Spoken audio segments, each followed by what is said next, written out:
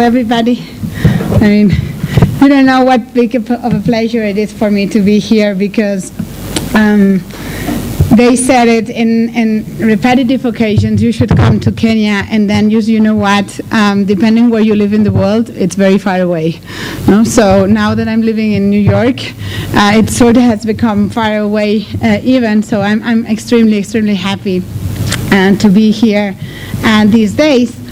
And especially happy to talk about one of my favorite topics, obviously. And if you think that you're ready, I will just kick it up by challenging you're probably not. Okay, so that we get the thing. No, because if we're ready, we're going to learn very little.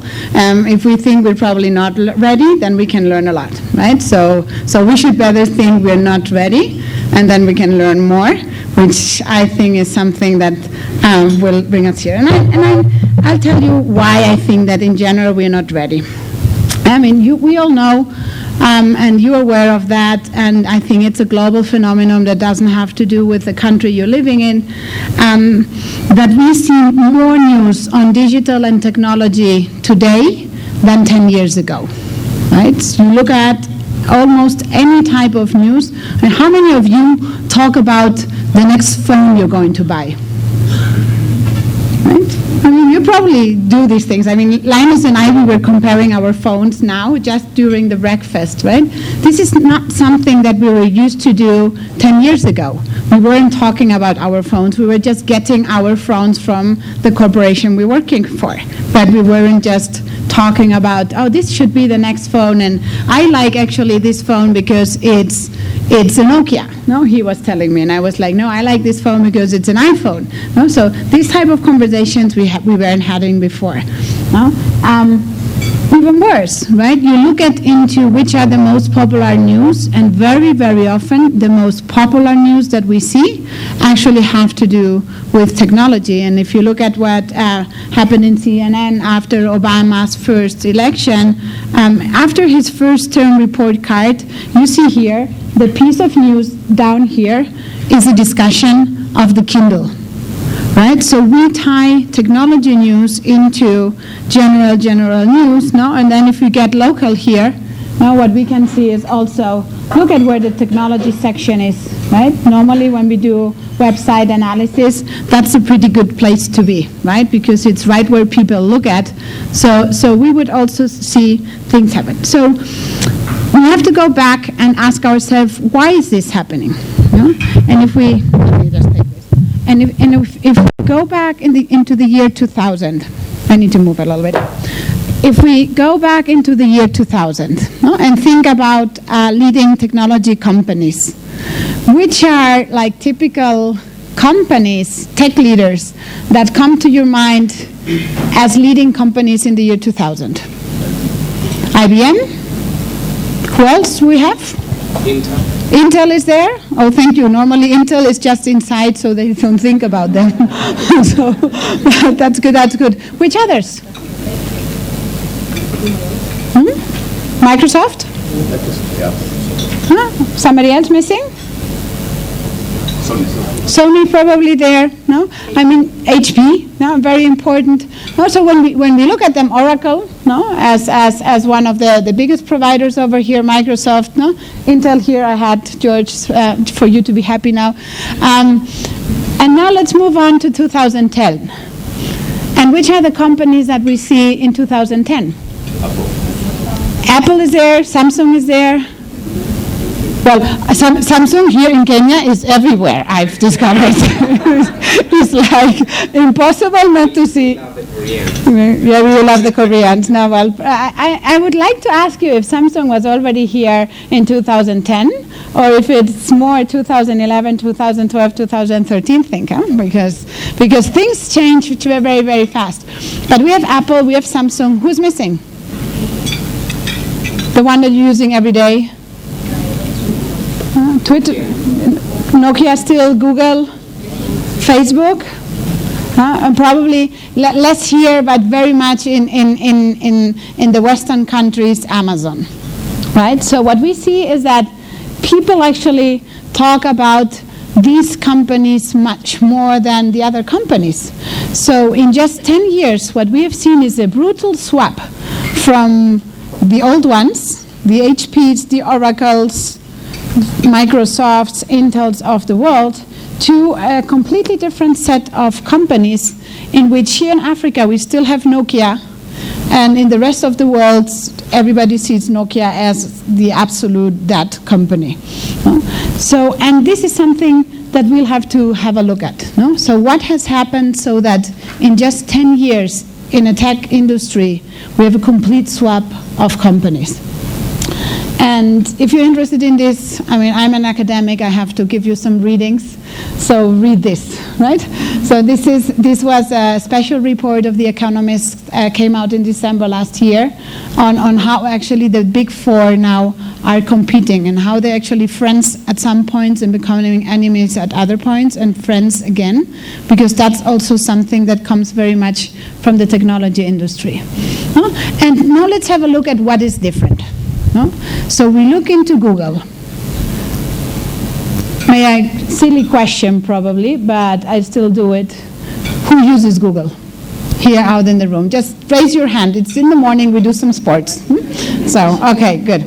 I need some help here. So when we ask ourselves, how often are we using Google? All the time. All the time? So daily users is not enough to measure, right? I mean, here we have a bunch of media people here. They like measuring things. No, so daily is not enough. So we're using it hourly, or all the time, as somebody was saying here in the front. No, but fundamentally it's an individual activity, and that's something that we should have in mind. It's an individual activity. We don't search with others. We search alone. But we move forward and go to Gmail. How many, and again, hands up here, how many of you have Gmail accounts? Not email, but Gmail accounts. Email, I assume you all have. Okay. How many of you had Gmail accounts 5 years ago? Gmail accounts. You see? Suddenly half of the hands are down. There's another indication on how fast these things are actually changing. So what happens is we're using Gmail a lot, right? And we tend to think it's better than our corporate email. We're using it for personal stuff, and it's better than the corporate email that we have. And it's for free. So I mean, which gives us a sort of paradoxical situation, because a free email service gives us better service than the corporate service for which a corporation is paying for. I mean, and this is the world we're living in currently. We have to see if this is something that will be forever here or not. But what is clear is that more and more Gmail is getting also into corporations, obviously, because if it's a better service that everybody is using in their free time, Linus here was saying for my personal stuff, but then it's for free. It doesn't have limits. It doesn't have quotas. Don't we hate quotas? It's a terrible thing, no? I mean, I don't know. I mean, I'm more Latin than German. I'm originally from Germany, but I've been living in Spain too long. So I talk a lot and I attach a lot. So I'm always on my quota. So I had to open my Gmail, and then Gmail tells you never ever delete an email, because I will just expand your quotas. So this is the type of things, that's the paradoxes that we're living in currently. And then we can make it even worse. Because how many of you, and see how many hands I'm getting now, how many of you use the world of Google Docs? Okay. If I now ask you how many of you were using Google Docs 5 years ago, how many hands do I get? It wasn't here, no? So they hadn't launched it, we can do that, no? But I mean, even in the US where it was launched, or in Europe, we would also get very, very few hands. So what is clearly happening is the ones that are using, you guys who are using Google Docs, how's the experience? Good? This means it's good? Okay, so I get visual recognition. It looks good. Huh? So what are we doing is, why do we like it? Because it allows us in a natural way to collaborate with others. Huh? Google Docs is the first software suite that is actually designed entirely for people to work together, not to work alone. Huh? And if we get into our normal productivity tools that we're using, they're all designed for us to work alone, on our own, to become bright individuals, but not really good teams. So in organizations, which essentially are groups of humans that work together, it's only logical that we have to move forward into something more like this. And guess what? Our corporate world is having a hard time with that, because where does all of this come from again?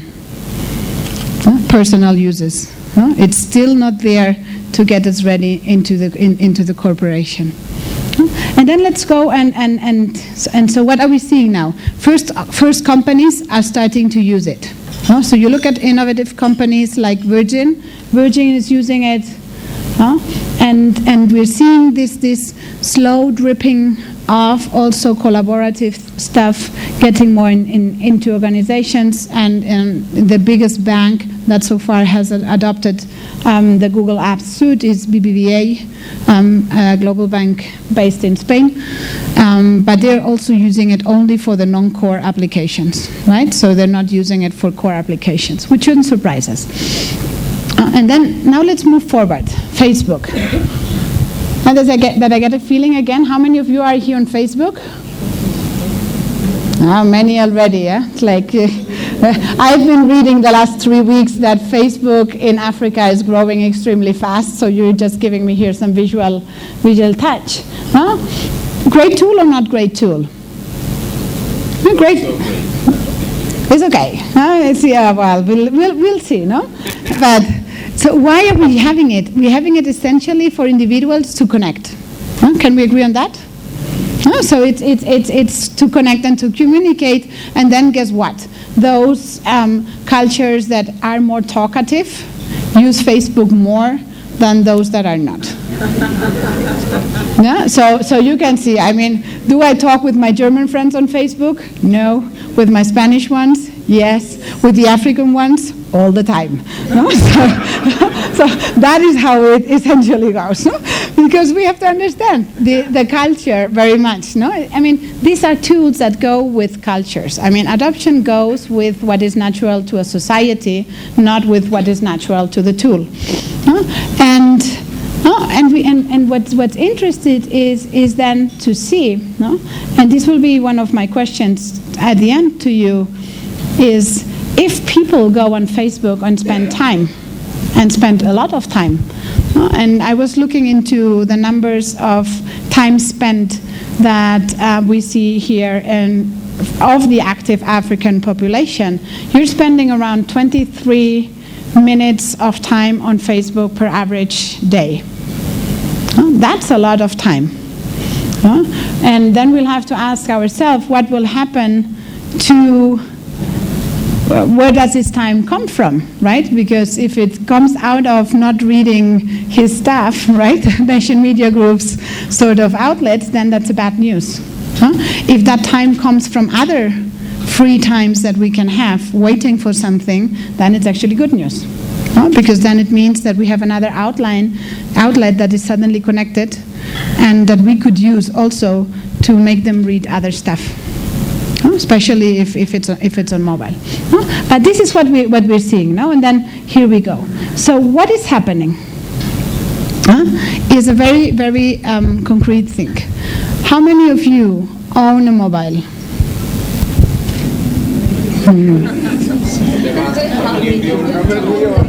That was my next question. Wait. Here, these guys, I'm going to move back. It's like, the question is, how many mobiles do you own? No, but show me the mobiles. I was like, this is a BlackBerry table, terrible. They don't even show. What type of mobiles do you own in the back? There you see. No? But this is not the relevant question. The relevant question is how many mobiles do you think you will own in 3 years from now? You're going back to just one? One with everything. It's not happening, huh? I tell you. No, because that's something that I've been listening to for the last 5 years. Guys, back to order. Huh? Here the question is, why are we owning now 2 or 3 mobiles? Because the one doesn't give us all the services that we would like to have. Huh? So we will expect a lot of things happening to ease the discomfort that is happening currently in every market. Because this is not only a thing that happens in Africa, happens everywhere. We all have to live in a world with different mobiles. So, and if you feel unhappy with your 2 or 3 or 4 handsets, think that probably the ecosystem is going to react and try to get it down. That would be theory of innovation 101. But then we will have to talk, and we're not going to solve it today. What type of things will have to happen to actually move forward? But the thing is that with you owning 2 or 3 mobiles, that's when the trouble starts for corporations. Because what starts is a phenomenon that we call the consumerization of IT, which means that you buy your own mobile. It's not your company buying it, but you buying it. And once you've bought your own mobile, you go to your company and you ask for what? I want to get disconnected. I want my email on it. I want to be able to use my apps for my corporate work. All these sort of things. And then the question is, what is your company telling you? Yes or no? Now we get mixed feelings, right? Not everybody is a favor of a strategy that we call BYOD, bring your own device. And some will say, no, sorry, this is too much of a security risk. I don't want this to happen. You use the devices I'm telling you, and the rest is for your personal use only, and that's why you are all carrying 2 or 3 or 4. So, and what we are seeing now is that bring your own device policies that are now just starting, and in different countries they are starting at different paces, but we're seeing them all over the world. Gardner was saying 2014 is going to be the year in which bring your own device will become a normal, natural habit in any organization. So I'm not sure how fast this will get into African reality, because I haven't seen data on it, but my guess would be that it's going to be, if it's not 2014, 2015, because it's going extremely, extremely fast. And with that, we actually have to see a number of things happening. Because what is essentially happening, and this starts with all this talk about Google and Facebook and Apple and Samsung and Sony's, they're leading the pack. When we're now asking ourselves, where does technology change come from in the year 2013? Who is actually the main originator of IT innovation currently? It's us. It's us. Because what is happening is that the Apples of the world, the Googles of the world, Facebooks of the world, Sonys, Samsungs, who are they looking at in order to decide where to innovate and where to go? They look at us as consumers, as final customers. And when we go back to the year 2000, and we go back to our IBMs, to our Oracles, to our Intels, in order for them to decide what type of innovation to bring to the market, who were they looking at? Corporate markets. And this is the first time in life that we actually see that IT innovation is driven by the society and not by the corporation. It's you deciding your phone. It's not your corporation deciding the phone. It's you deciding what type of applications you want to use to do your work. It's not the corporation. And with that, we'll have to, that is when we say digital society more than digital business, no? And if we're ready, because we are all ready as digital society. The question is not if we're ready as digital society. The question is are we ready as digital business?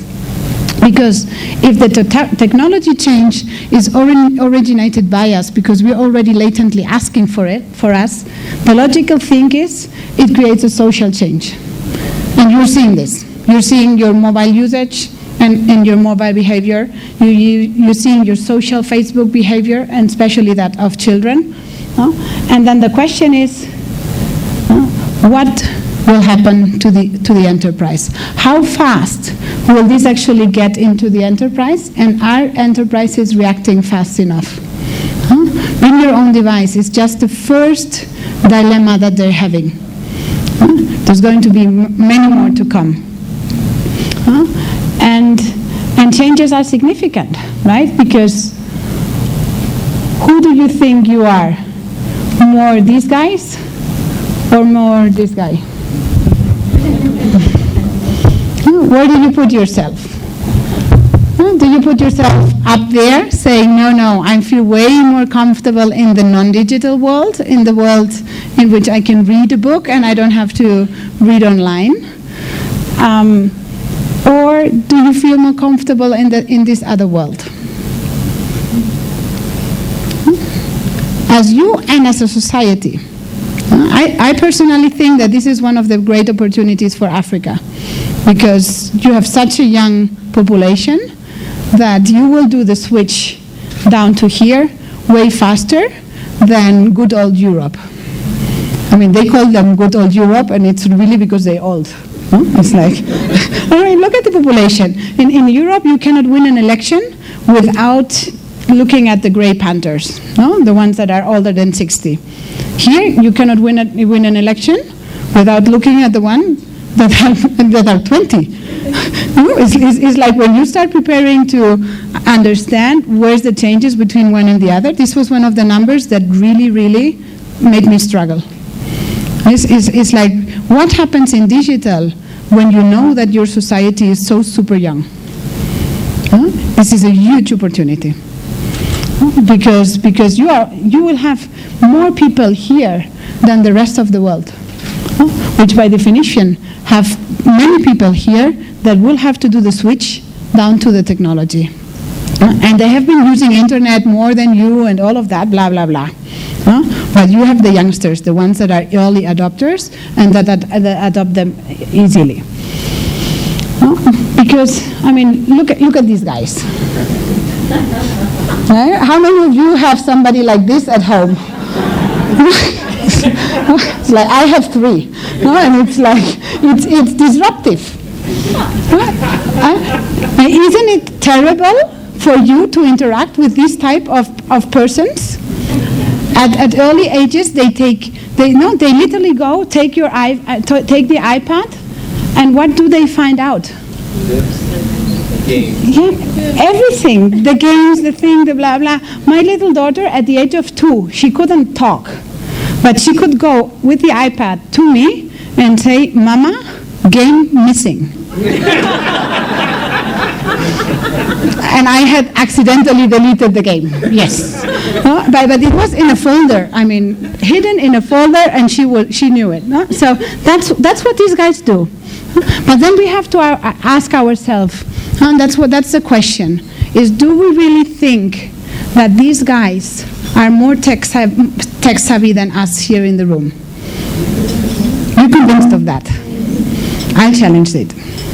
I don't think so. And I don't think so because of the following. You remember these screens? They're still here, eh? It's not?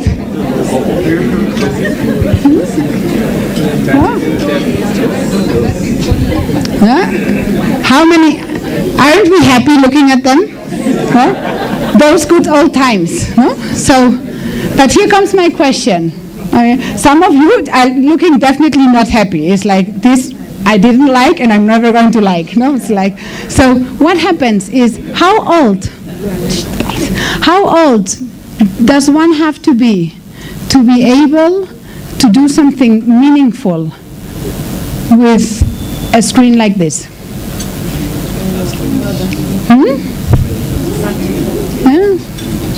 Yeah? 20? Yeah? Is here my table saying around 20-ish? No? I mean, we have to learn things, right, to be able to do a meaningful interaction with something like that. First of all, here they were debating what type of languages to use, and I was like, all these sort of things. But let's say 20. Now, technology innovation in action into the 90s, and we have discovered the graphical user interface. How old do we have to be to meaningfully interact with something like this? 8, 9, 10, 11. No, I mean, Microsoft made it more complex with the two mouse clicks, right and left click. I mean, if with just one, it would have been easier.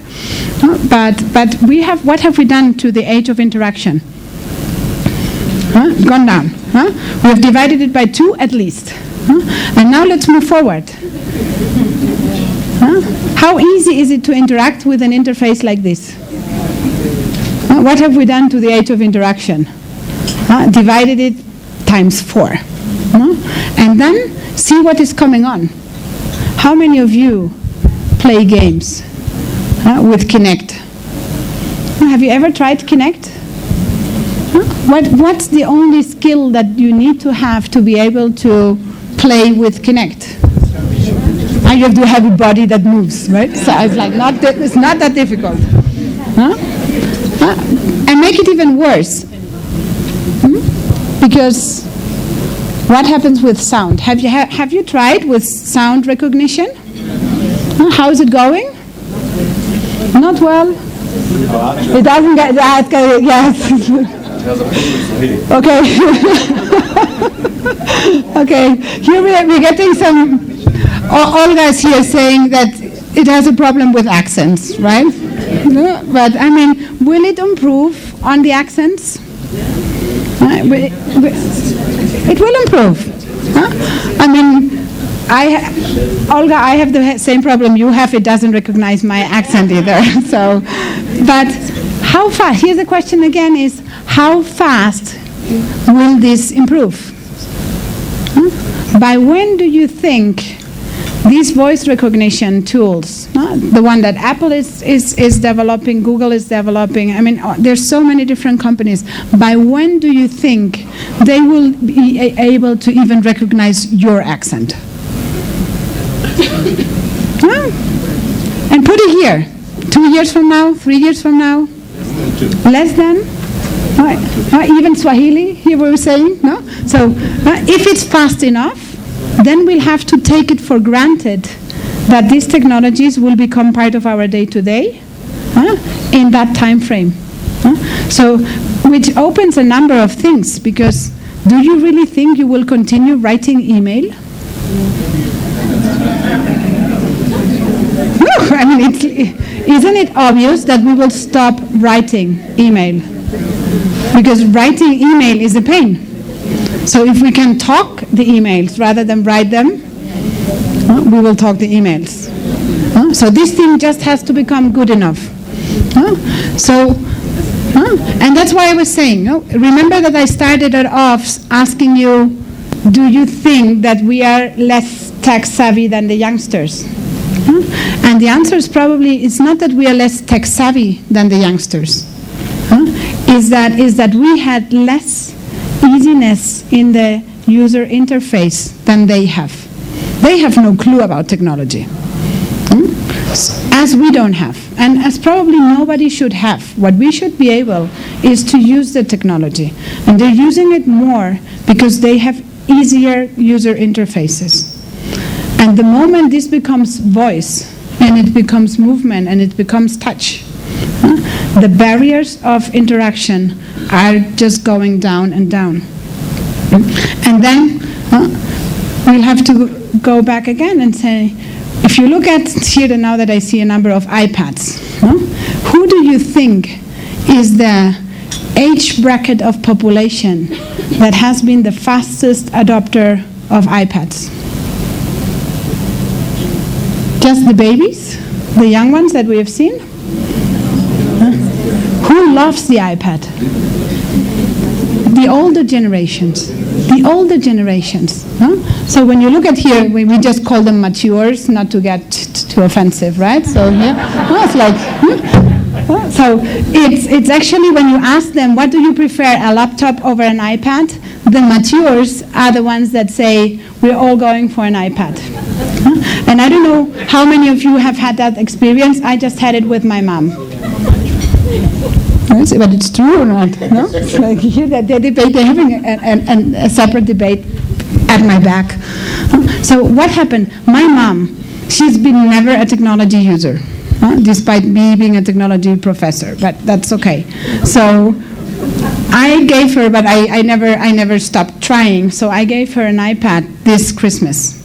She looked at it and said, oh, thank you, and then politely set it apart. For 3 months. After 3 months, my brother took the patience of actually showing her a little bit how to use it. And you know what she's doing now? I mean, she pinged me on Skype saying, Sandra, you're the only one that hasn't been commenting on my travel blog. Yeah. But these are the moments, no? These are the examples that I invite you to look for. Because these are the examples that make you see that society is changing and becoming digital. So when we look into what is happening in digital, one of the things that happens to us is we don't have data. By definition. I mean, there's no data about something that is new. We can look into past data, and past data, guess what? Don't tell us anything about what's possible in the future. I try to make research about what's going on in Africa, and yes, there's some data, but not many data. But if we want to build the digital business models of the future, what do we have to find? Those cases. Not saying, what are people doing? They're doing this, they're doing that. That's how M-Pesa was created, by the way. No? So it's trying to find those experiences in which we say, hey, here's something that looks different. And how do we do that? And that will be the final session, the final portion of the talk. Is essentially starting to rethink what we can do. And this goes the following way. Because if you believe that what we've been saying is true, what we see essentially is that these two that have never been together, the technology and the society drivers going together, because at the end the technology companies are innovating directly for society, for the consumer. So these two go together. If these two go together, what we will get is that we can start building new business propositions. Because suddenly we have people that have technology with them, wherever they go, whatever they do. And they interact with it on a daily basis. So this implies that the business impacts can be different. And here comes the challenge for the managers and for the executives, which is, if this goes together, who has to be leading this? The finding new value propositions for the companies. Can I still have a quote-unquote digital division that does that? And says, yeah, my digital boys or girls, they are going to be in charge of that? Or do I have to say, no. I mean, this is so pervasive that I actually think that I need to look into my own managerial capabilities, see where I have a gap, and then work on that gap to see what type of complementary capabilities do I need to develop to be able to envision myself the new value propositions that may come up. How am I educating? This is what we call now a digital mindset. And the question is going to be, who has to have that digital mindset in an organization? Just some people? The social media people, we're in the marketing department typically, or some digital people in a digital department. Or we're saying, no, it has to become slowly everybody. And that is going to be, for me, the big question of the future. And to get started, right? Because normally this is a very big and abstract question. It's essentially not that difficult, no? Because when we look into, hey, where should I as an executive start looking at? We essentially see 4 drivers. It's not that super complex. 2 we have been already talking about. The first one is mobile. Second one is social. Then there's the whole world of cloud. And then there's the whole world of data. And then we'll have to do the exercise of saying, hey, where are we in each of them? Because at the end, each of them allows you for a sliding window of opportunity in which you say, it's now my time or not to be incorporating this into my business. And if I do a very quick and quite uninformed analysis of what I would say happens here in Africa, I think that this one is an absolute killer. And I'll show you in a moment why. Then this one is starting, but will still need some time. And I think that this one, which is of much more technical nature because it's cloud, gives huge cost savings now that electricity, but you need to make sure that electrical supply is stable enough to actually be able to seamlessly go on cloud, because otherwise the thing goes down and you're out of business for some time.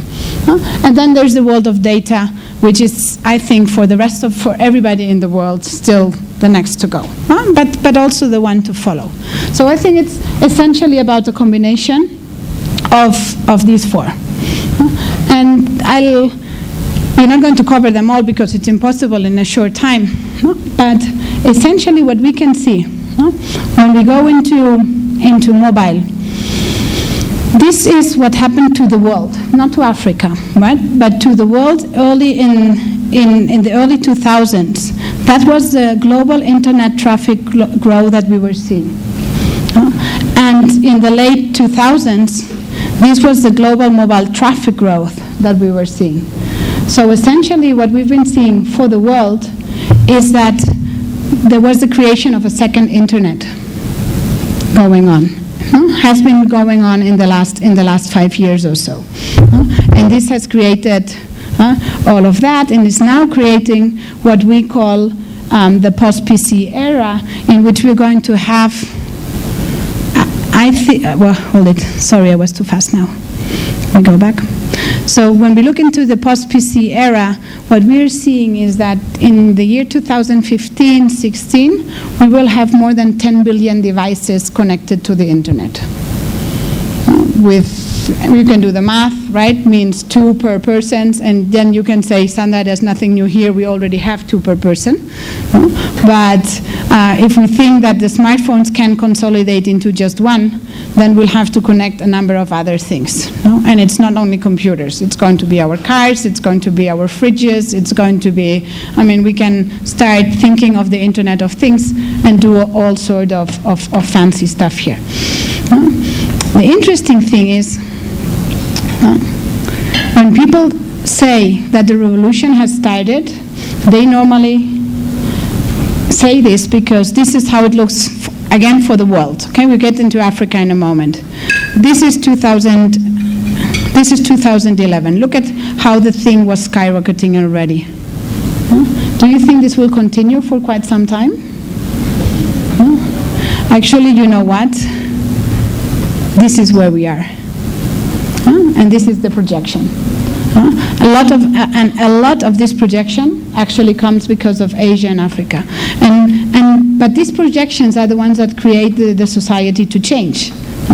And I don't know if you've seen this picture, but I think it shows us how a society change. You look at 2 elections of the Pope, and you see that this was 2005, a German Pope. Probably they're not connected, the Germans, but here you see one poor Motorola, and she probably was trying to figure out how to dial, no? And this was the election of the Pope. It's an Argentinian one. He talks a lot, right? So, but they're looking at through screens already. So thinking that we're not moving into a world in which screens will just become multiples of what we are, I think is a no-brainer. And if we look now into Africa, first thing that you all know, but I didn't know, so I had to produce this slide for me, not for you, is that the fixed line penetration is still incredibly low. I know it's slightly different in different countries, but then you look into mobile, right? And what are you seeing is that this projection that we've seen for the world on how mobile is going to evolve for the world also holds in Africa. So, and this is an interesting thing because it didn't hold for the internet. Because just the deployment of the fixed internet was too expensive. The digging the holes, the picking the lines, I mean, we couldn't do it. I learned yesterday that here you're now getting high speed, right? Fiber optics. So, which should have happened in other countries, it would have happened 10 years ago, or 5 years ago. But in mobile it's different, right? In mobile we're seeing all the reports telling us it will be very, very fast. And at the end, I think, so, and I saw this and found it very interesting because here you then actually, this just came out like a week ago or so, but then you actually see, I mean, these are numbers. When you see 28 millions, 30 millions over here, 20 millions over here, this is what we call the critical mass needed to develop services on top. Right? Because the users are just one thing, you need the critical mass to actually start developing services. So if this is what is going on, this for me is very, very telling.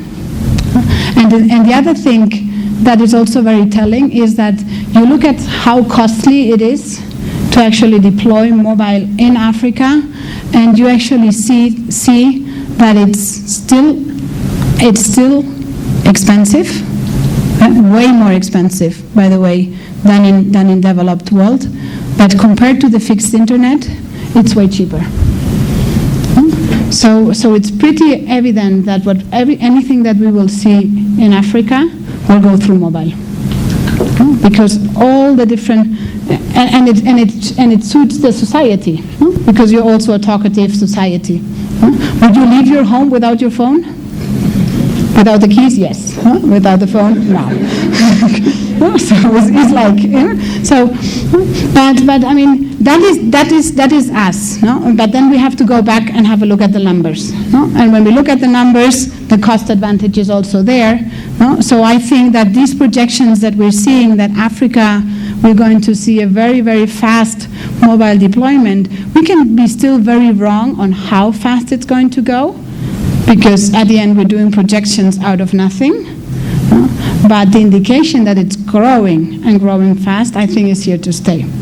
And I don't think that anybody in the room will question that. The interesting thing is if it's here to grow, what can we do with it? No, because then we have to get back into that triangle and say, what kind of business propositions can I develop with these type of things? And then don't forget social. Because we know it's still very low. It's logical that it's low because so far it has been developed mostly for the fixed internet. But Facebook has adopted a social mobile strategy, has been deploying it very, very heavily for the last 18 months.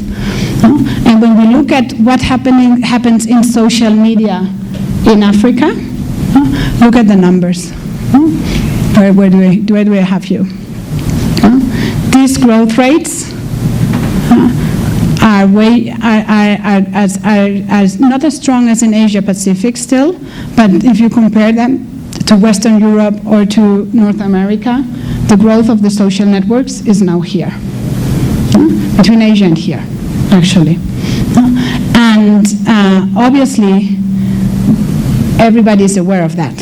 And Mark Zuckerberg, in his last earning call that was just a few days ago, that's what he said. He said, I need to think about a streamlined Facebook for a developing world. Makes all the sense of the world, right? But one that can work not only on these fancy smartphones, but also on featured phones. Or that he can think about developing his own phone and then bringing it here. Or he can think about making an agreement with the telcos so that Facebook becomes a free service that triggers adoption of data plans. So all these type of thinkings they are having in mind. And with that, and why am I saying this is because if we want to have a digital mindset, we need to understand where are our windows of opportunities. And I said I'm not going to talk about cloud because cloud is a little bit more technical, but these two I just wanted to briefly mention. Because this is where we are at the end. And then we'll have to see, okay, how do we go working these things together. And then, as usual, and I would like to open for the panel because I think we can learn a lot if we start talking. But just remember, I mean, when you start thinking differently, you get things like this. Like you get things like M-Pesa, and then I think that the beauty of M-Pesa is how fast they are able to actually add new stuff to whatever they're doing, right? So I just learned that 2 days ago they added Paybill to it, and I think that this is what we'll have to do. When people say now these things can only be invented in developed countries, it's definitely not true. I mean, these things are invented wherever there is an uncovered need. And if you now have mobile internet and you have internet for you for first time, the possibility that there's an uncovered need that has a business opportunity attached to it is essentially one. And then it needs a mind to think about it and some investors to invest, which in the African case can be a problem in some countries, but I mean, since the economies are not doing that wrong, you normally don't need big money. I do think that it's absolutely possible. And so before I finish, what will we see? As usual, the typical academic thing is which is the main challenge? I mean, I'm often being mistaken as a technology professor, but I never think that technology is the challenge. I think that the challenge will be much more internally of the organizations, because in order to rethink what is possible, especially if you're not a technology company, what you'll have to rethink is your process and your culture. And I think that is the essential challenge, and that's why I was asking you, do you think you're ready? Right? I think you're ready as society, and I would like to, before we get to the panel, put the question back to everybody saying, are we actually ready in our organizations to really take digital to the next dimension? And just to, before, since we're going to need some setup time, just to get a glimpse on how some companies do this, I will put you a very, very short video in a conversation between Eric Schmidt and Larry Page when Larry Page was taking over as CEO of Google. Okay? So Eric Schmidt as outgoing CEO and Larry Page as incoming CEO on how to actually make decision making happen and how to implement those decisions that make Google such an innovative company to come up fast with these innovations to the market, which I think is something that we will all have to learn a lot about. Okay, so we put that video, and then we go straight into the panel, and in the panel we will start also opening for lots of questions and answers, and just, I hope, continue an engaging conversation.